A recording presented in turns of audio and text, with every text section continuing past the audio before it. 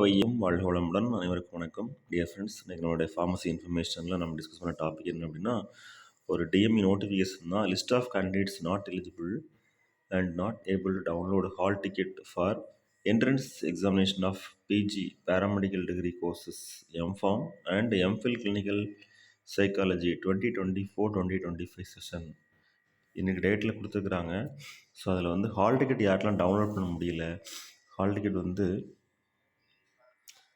Not eligible அப்படின்னு சொல்லி கொடுத்துருக்காங்க. அதாவது கேண்டிடேட்ஸ் நாட் எலிஜிபிள் சொல்லி கொடுத்துருக்காங்க.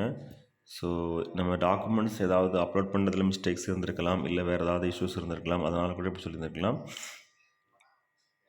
ஸோ அந்த லிஸ்ட்டில் வந்து நேம்ஸ் கொடுத்துருக்காங்க. சப்போஸ் நம்ம அந்த டைமில் கோர்ஸ் முடிக்காமலையோ இல்லை வேறு ஏதாவது இஷ்யூனால இருந்திருக்கலாம்.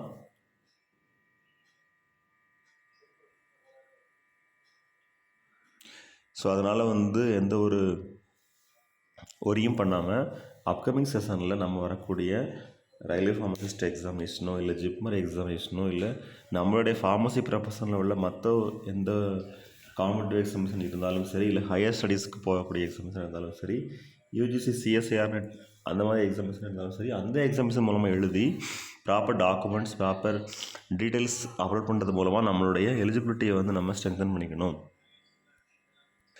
ஸோ சின்ன சின்ன தடங்கள் நம்ம லைஃப்பில் வந்தாலுமே அதோடு நம்ம ஸ்டாப் ஆகக்கூடாது நம்மளுடைய முயற்சி.